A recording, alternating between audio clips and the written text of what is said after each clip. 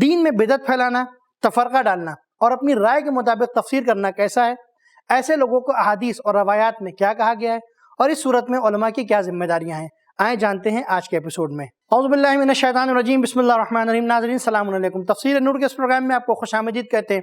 ناظرین، ہم سورہ انعام کی تفسیر کو سن رہے تھے اور 157 آیتوں کی تفسیر کو مکمل سن چکے ہیں۔ ناظرین، آج 2 آیتوں کی تفسیر لے کر کے آپ کے سامنے حاضر ہوئے، 158 اور 159۔ آیت نمبر 158 کی تفسیر کو جاننے کے لیے آئیں اس کی تلاوت اور ترجمے کو سنتے ہیں۔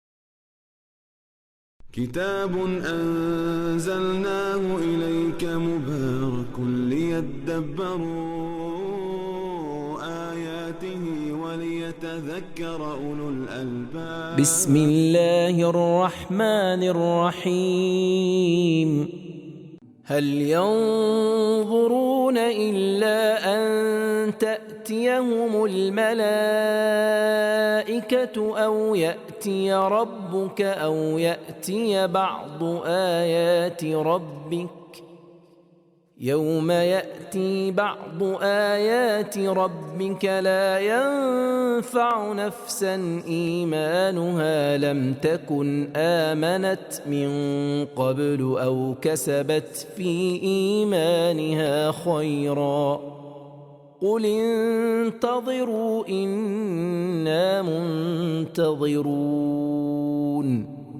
کیا اس قدر آیات، روشن دلائل اور معجزات دیکھنے کے بعد بھی انہیں صرف اس بات کا انتظار ہے کہ فرشتے ان کے پاس آئیں یا خدا خود ان کے پاس آئے؟ یہ کیسی محال توقع ہے؟ یا خدا کی آیتوں میں سے کچھ آیتیں جو روز قیامت کی نشانی ہوں ان کے پاس آئیں، لیکن یہ نہیں جانتے کہ جس روز یہ آیتیں اور نشانیاں آ جائیں گی اس روز ان لوگوں کا ایمان لانا جو اس سے پہلے ایمان نہ لائے ہوں گے یا انہوں نے کوئی نیک عمل نہ کیا ہوگا، انہیں کوئی فائدہ نہیں پہنچائے گا۔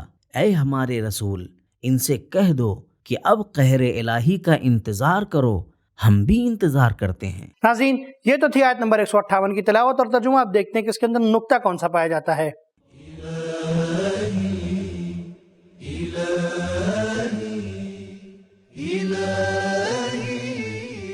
سورہ اسراء کی آیت نمبر 92 میں کافروں کی بلا وجہ توقعات کا ذکر موجود ہے کہ وہ کہتے تھے ہم تم پر ایمان نہ لائیں گے مگر یہ کہ آسمان کو ہمارے سروں پر گرا دو یا خدا اور اس کے فرشتوں کو ہمارے پاس لے آؤ۔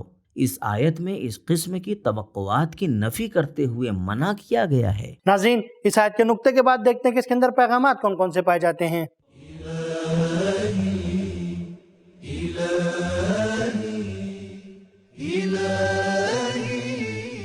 نمبر 1، ضدی اور ہر دھرم کافر الہی معجزات کو دیکھنے کے بعد بھی تسلیم نہیں ہوا کرتے تھے۔ نمبر 2، ایمان کے بارے میں ٹال مٹول کرنے کا نتیجہ ناکامی ہے۔ نمبر 3، آزاد اور معمولی حالات میں ایمان لانا اور اس کے مطابق اعمال بجا لانے کی اہمیت ہے اور انسان کے لیے کارساز ہے۔ اضطرار کی کیفیت میں اور جان کے خوف سے ایمان قبول کرنے کا کوئی فائدہ نہیں ہے۔ نمبر 4، ایمان کے بغیر نیک اعمال بے سود ہیں۔ ناظرین، ماشاءاللہ 158 آیتوں کی تفسیر مکمل ہو چکی ہے۔ اب آج کے ایپیسوڈ کی آخری آیت یعنی 159ویں آیت کی تفسیر کو جاننے کے لیے آئیں اس کی تلاوت اور ترجمے کو سنتے ہیں۔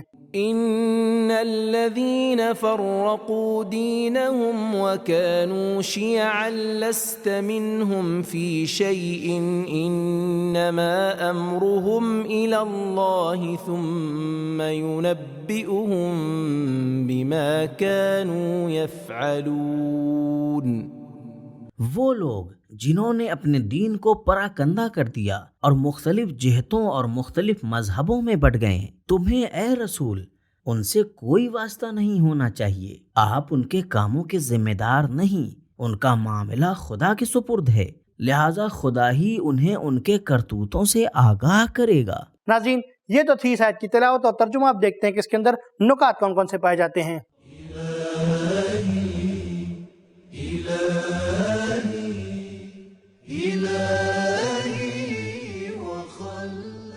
دین میں تفرقہ ڈالنا یعنی بدعت ایجاد کرنا اور اپنی رائے کے مطابق دین کی تفسیر کرنا، ان امور کی قرآن و حدیث میں سخت الفاظ میں مذمت کی گئی ہے۔ ان جیسے افراد کے بارے میں استعمال ہونے والی بعض تعبیرات کی مثال درج ذیل ہیں۔ قرآن مجید میں ہے کہ وائے ہو ان افراد پر جو اپنے ہاتھوں سے آسمانی کتاب میں کچھ چیزیں پڑھا کر لکھ دیتے ہیں، پھر کہتے ہیں کہ یہ پروردگار عالم کی طرف سے ہے۔ سورہ بقرہ آیت نمبر 79۔ حضرت علی علیہ السلام فرماتے ہیں جہاں کہیں بدعت آ جاتی ہے وہاں سے سنت چلی جاتی ہے۔ انبیاء اور علماء کے فرائض میں سے ایک یہ ہے کہ وہ بدعت کو ختم کرنے اور گمراہی کو مٹانے کی کوشش کرتے ہیں۔ الحیات جلد نمبر 2 صفحہ نمبر 344۔ روایات میں ہے کہ بدعت پیدا کرنے والے کی توبہ قبول نہ کی جائے گی۔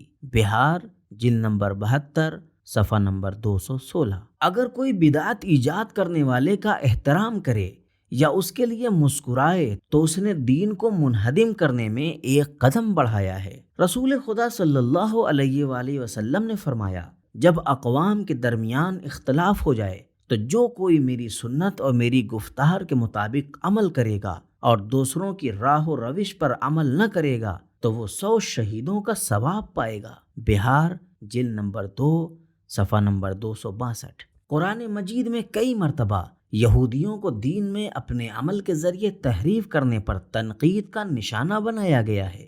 حضرت موسیٰ علیہ السلام کا ذکر کرتے ہوئے فرمایا جب وہ کوہ طور سے واپس آئے اور اپنی قوم کو گمراہی میں پایا، گوسالہ پرستی کرتے ہوئے دیکھا تو غم و اندوہ کی وجہ سے آسمانی کتاب توریت کی تختیوں کو زمین پر پھینک دیا۔ اپنے بھائی جو کہ ان کے جانشین تھے ان کی داڑھی پکڑی اور پوچھا میری امت کیوں کر گمراہ ہو گئی؟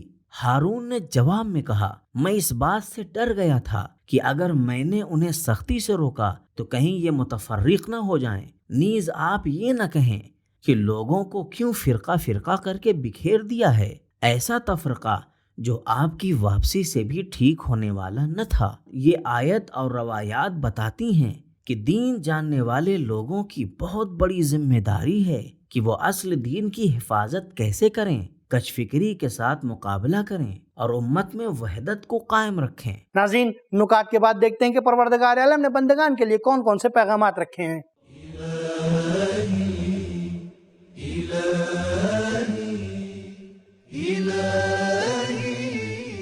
نمبر 1، دین کے احکام اور تعلیمات کے درمیان کوئی فرق نہیں ہے۔ دین کے ہر حکم پر ایمان رکھنا چاہیے اور اس پر عمل کرنا چاہیے، نہ کہ بعض پر ایمان رکھیں اور بعض پر نہیں، یا کچھ پر عمل کریں اور کچھ پر نہیں۔ نمبر 2، تفرقہ اور گروہوں میں تقسیم ہو جانے کی ایک وجہ دین میں تحریف اور تبدیلی کرنا ہے۔ نمبر 3، جو لوگ اسلام کے تمام احکام کو قبول نہیں کرتے ان کے ساتھ تعاون نہیں کرنا چاہیے، وہ لوگ امت محمد صلی اللہ علیہ وآلہ وسلم میں شمار نہیں کیے جائیں گے۔ ایسے لوگ اللہ تعالیٰ کی دھمکیوں میں شامل ہیں۔ تو ناظرین، پتہ یہ چلا کہ بدعت ڈالنا یا تفرقہ پھیلانا سختی سے منع کیا گیا ہے۔ امام علی علیہ السلام فرماتے ہیں کہ جہاں بدعت آتی ہے وہاں سے سنت چلی جاتی ہے۔ ناظرین، آج کا یہ ہمارا ایپیسوڈ یہیں پر ختم ہوتا ہے، انشاءاللہ پھر ملیں گے، تب تک کے لیے شکریہ، خدا حافظ۔ سبیل قرآن، قرآنی سماج کی پہچان۔